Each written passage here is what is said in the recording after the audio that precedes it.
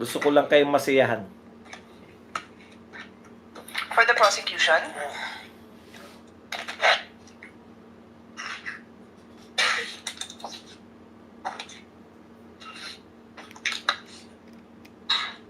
do you consider Las Canas an important witness for you, for the prosecution? With all due respect, Your Honor, the purpose of the testimony is to present what transpired during the investigation of the Special Task Force. As to whether or not what probative value it holds, it is not part actually of the decision of the prosecution, as what we are intending to do here is to present only what happened during the investigation of the NBI, Your Honor.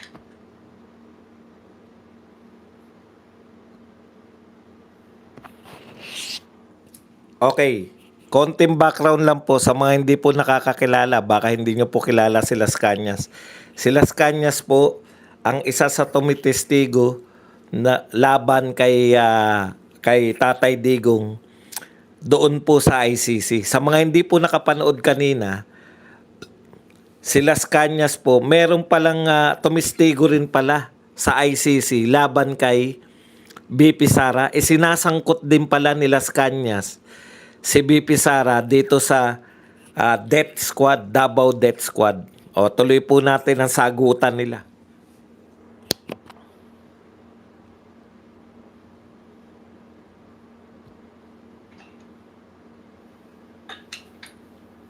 Mr. Presiding Officer, the rules of evidence are very clear.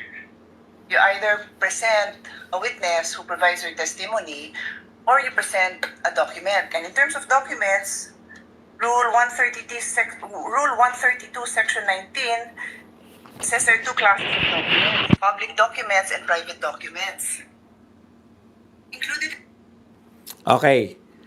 So, dyan pala sa rules of evidence, natututo tayo eh. Dyan pala po, ang ipepresent mo lang pala na ebidensya o sa korte, pwede ka lang mag-present ng testigo na nakasaksi siya sa pangyayari, or pwede ka rin mag-present ng ebidensya. So, testigo tsaka ebidensya lang. Pero, hindi po, yung kinakailangan, yung testigo, dapat saksi siya sa pangyari. 2 testigo na po mula sa NBI ang wala naman pong kinalaman. Hindi po nila nasaksihan, hindi po nila napanood ng live yung naganap na presko ni BP Sara. Pero, pag ebidensya naman po yung ipepresent ninyo, kinakailangan kompleto ng mga perma, notaryo po. O, pakinggan po natin. Kaya matututo po tayo rito sa impeachment na to para tayo nag-aral ng koleyo.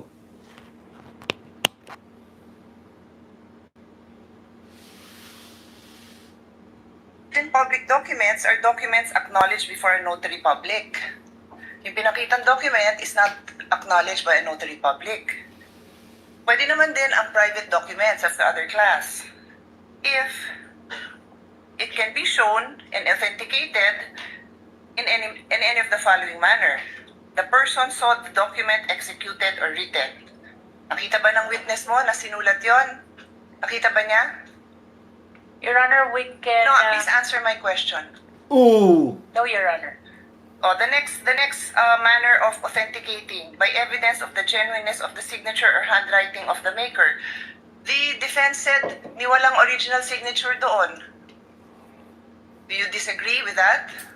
We don't, Your Honor. Okay, and the third, by other evidence showing its due execution or authenticity, did you provide? No, Your Honor. Okay, so simple lang, Mr. Presiding Officer.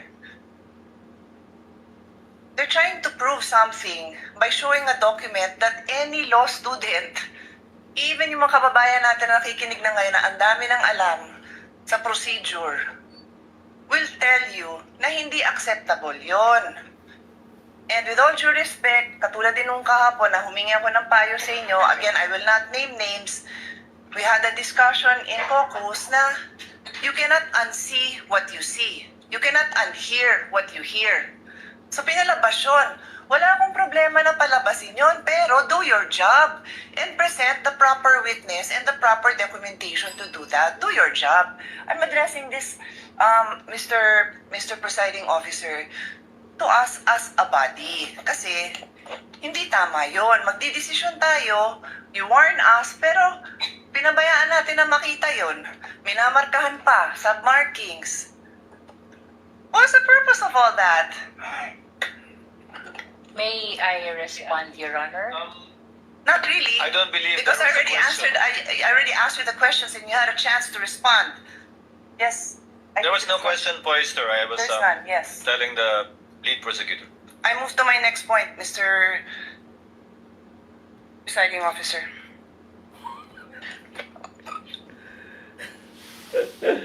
Pahiyang-pahiyang po pa. Di ba? Bawing-bawi tayo, di ba? For the prosecution,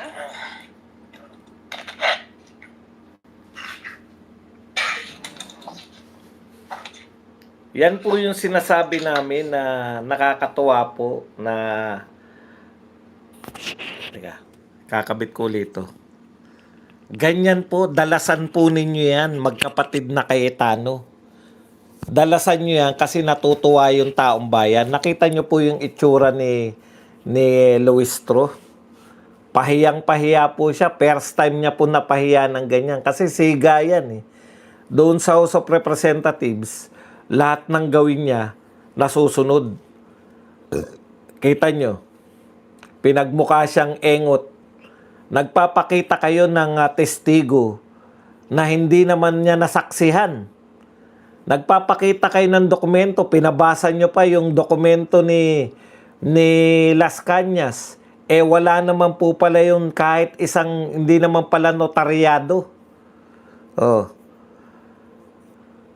Pagkatapos,